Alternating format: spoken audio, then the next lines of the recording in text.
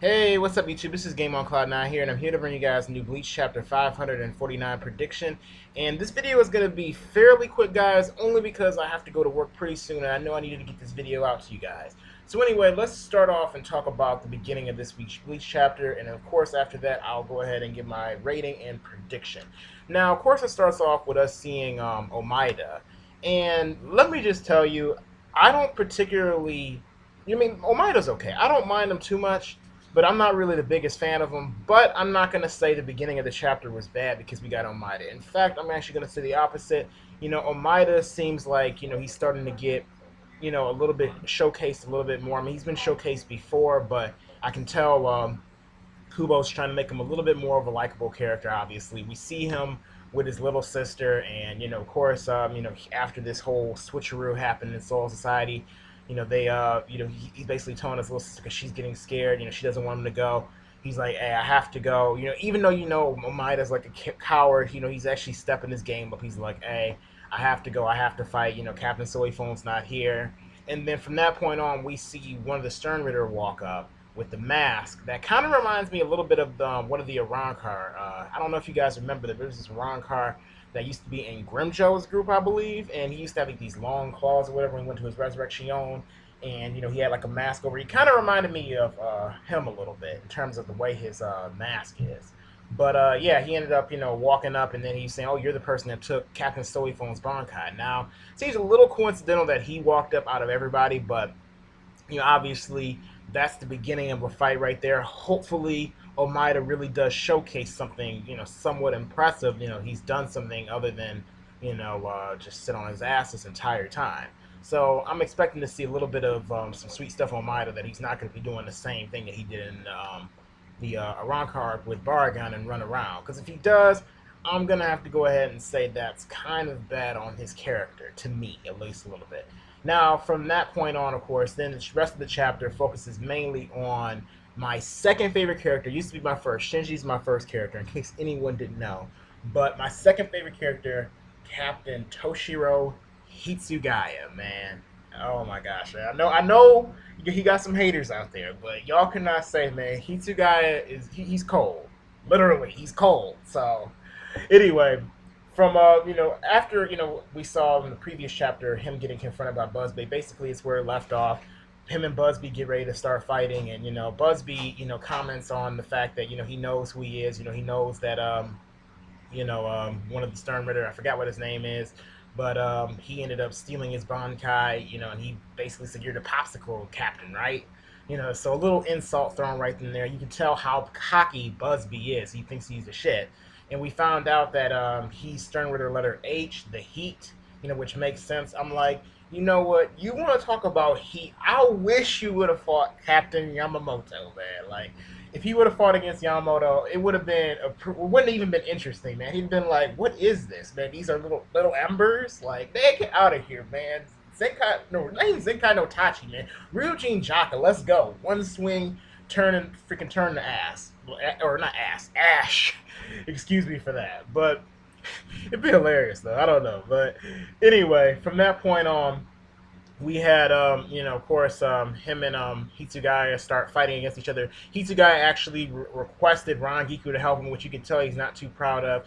But Rangiku and Hitsugaya basically started doing these combinations together with their fire and or not fire, their ice and ash, basically making his ice a lot stronger, because without that, Busby's basically just melting right through it like nothing. He's calling it thin ice. And we also find out, I already kind of knew this, but there's not really much difference between Hitsugaya's Bankai and Shikai. At least that's what he's saying. So I guess when they took Bankais, I guess you can still use your Shikai. I didn't know that until, I guess, it kind of confirmed it in this week's chapter for me. So Byakuya, when we see Byakuya again, he still should be able to at least use Shikai. So at least that's interesting to know now. But basically when he's saying his Bankai and Shikai, there's not much difference. I think what he means is that in terms of the ability, like, they both create ice. Some Zanpakuto abilities change drastically, like Yamamoto's. When he goes from Shikai, his Shikai is just flames. Bankai, he's like eradicating stuff completely. So I think that's basically what he was getting at. Like, oh, I can just create basically a larger quantity of ice, or just stronger ice, or something along those means. So, of course, towards the, during the chapter, obviously, after they did those combination, Busby quickly finds out he can't melt through Hitsugai's ice with that new combination. And Hitsugai calls it his vacuum ice blade, something along those sorts. And towards the end of the chapter, basically, Busby is in complete shock, and Hitsugaya does this ice vacuum Getsugatenshou. That's what I like to call it, because that's what it pretty much appeared to be at the end of the chapter. And then sliced Busby, or it looks like he sliced him, and that was pretty much the end. Now, in terms of enjoyment factor, I definitely always enjoy seeing Hitsugaya fight. In terms of a quality chapter, in terms of like a read, I feel like it was a decent read. I don't feel like it was the most amazing thing. We finally got the beginning of a fight happen between two characters, which is always nice. We haven't had any fights in a while. The beginning of the chapter, of course, set up for another bout. So I feel like the chapter was pretty average on that aspect. I like the way, the pacing, it was okay. It wasn't like, really amazing. It was okay. The beginning, because the only reason I say it was okay is because we focused a little bit on Might and the most was on Hitsugaya. So just a little bit of bouncing around from like the previous chapter, if you think about it, like carrying on from there. Not a ton, but I feel like, it's not, there wasn't really, I guess you could say, I feel like there maybe could have been a little bit more fitted into this week's chapter. So if I were to be a little critical on it, I guess that would be my little bit of a problem, my minor problem with it. But other than that, it was a solid chapter of Bleach. I don't really have too many issues with it.